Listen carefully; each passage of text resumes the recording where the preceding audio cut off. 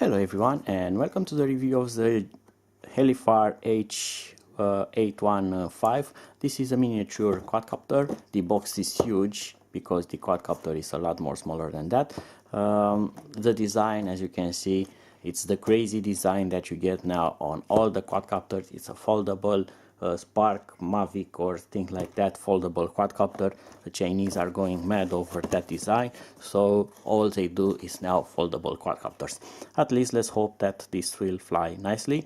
There are some specifications on the box, but about the battery, it's a 1S battery, 200 milliamps, and it's integrated, because you are going to see why I say it's integrated. So it has foldable arms, internal battery, it does flips, return to home. It's not return to home because without GPS quadcopter will never return to home. If you press that button, it will try to rotate the quadcopter and face it towards you, but that's it. Mostly this thing will orient the quadcopter in a total wrong direction and it will fly away, so don't use that, never. Alright, so let's take it out of the box.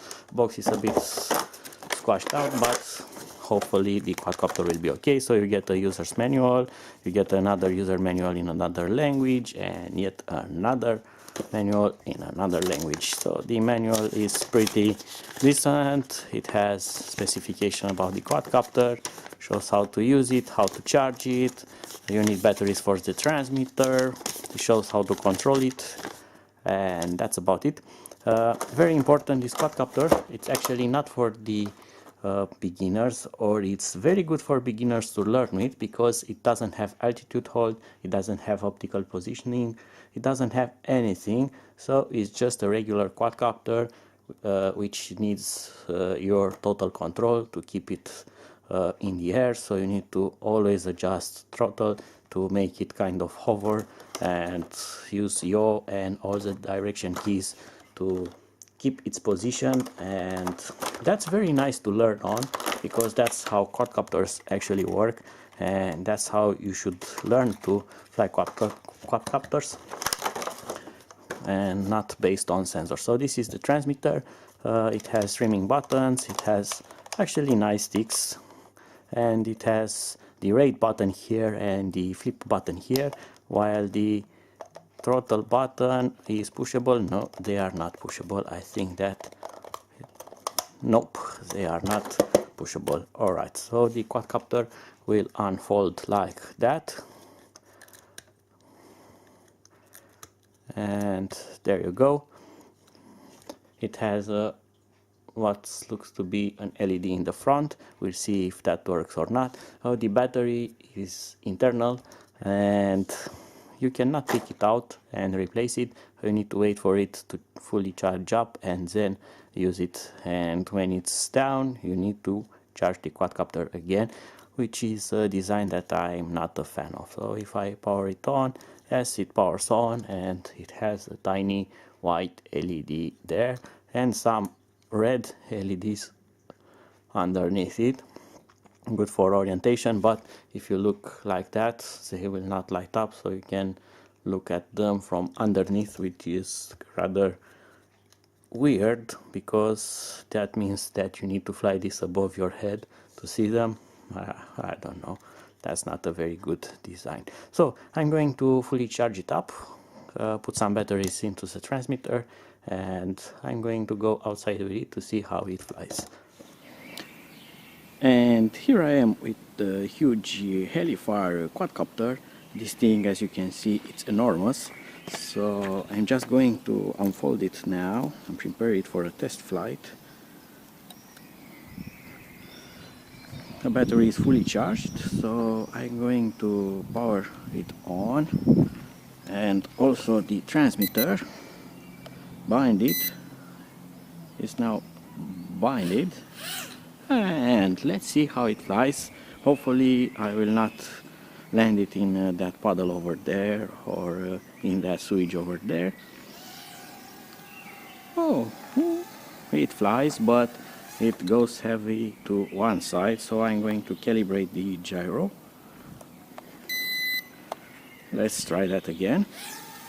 Well, that is much more better, and now it kind of flies in the wanted position. Actually, wanted is only an option, but it actually flies stable. It's now in first speed mode, so it's very docile. Let's see, that's second speed, and now third speed mode. Let's see, that's something better, but you know that this is actually more of an indoor flyer, not an outdoor flyer, so you can't expect it to have huge performance, especially outside. And it's a bit breezy, there's a bit of air current, and it's enjoyable, and the wind is picking up. You can see now it's hovering against the wind. Oh, the wind has picked up, but it still flies nicely. It's pleasant to control a quadcopter that doesn't have altitude hold, position, optical position flow, and things like that.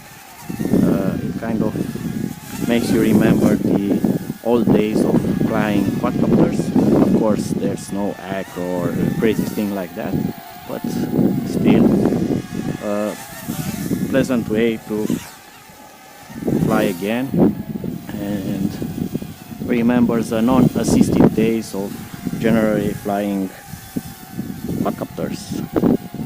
And that's the wind that's blowing it heavy from that side on this side, and it makes it wobble all over the place. But I still like it. It's still nice to fly it.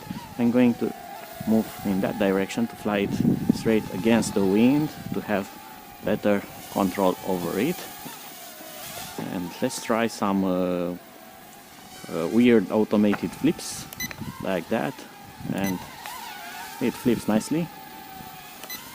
Front flip and back flip and side flip.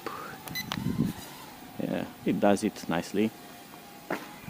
And the good thing now, the wind has calmed down, and I can fly it again nicely. Now I am full speed against the wind.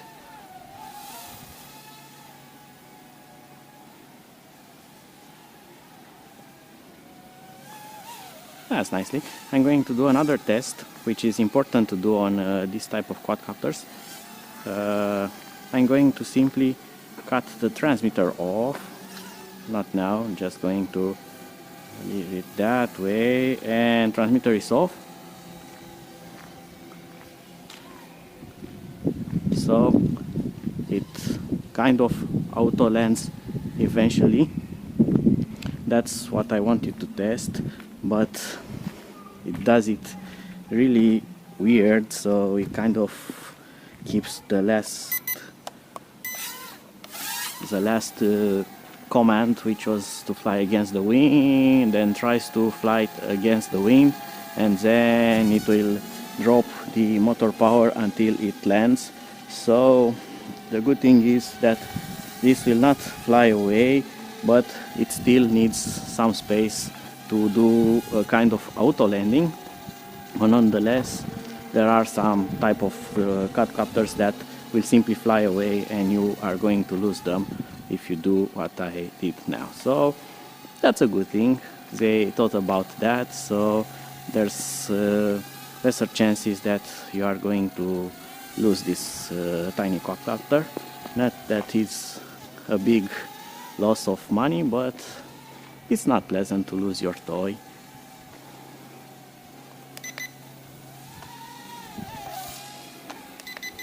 Oh, so when you bind, it will put the transmitter in first speed mode each time when you bind it, as now was in first speed mode, and now I'm back into third mode to have some grunt against the wind. Looks like I still got it after flying all that time only with GPS quadcopters and optical flow positioning quadcopters and things like that.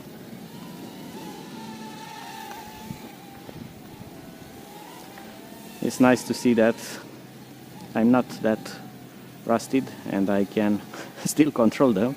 I find them weird trying to keep altitude while yawing. That was my first problem that I had when I was learning to fly quadcopters.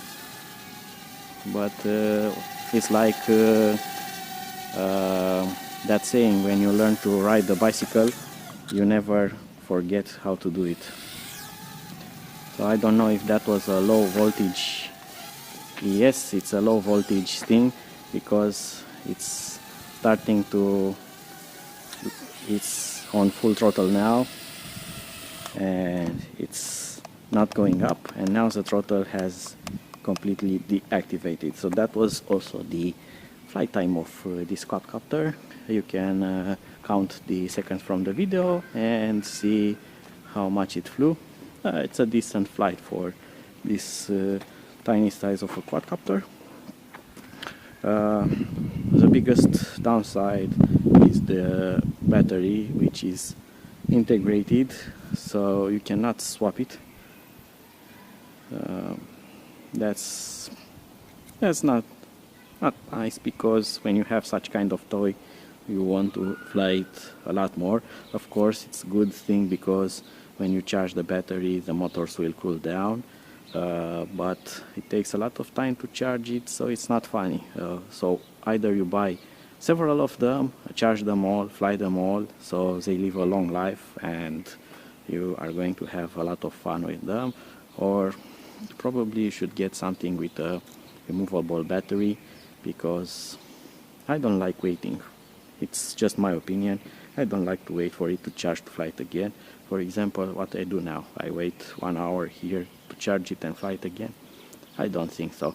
Oh, maybe it's fun at the office, fly it indoor, charge it on your computer, buzz your friends with it, your colleagues, and then charge it again and things like that.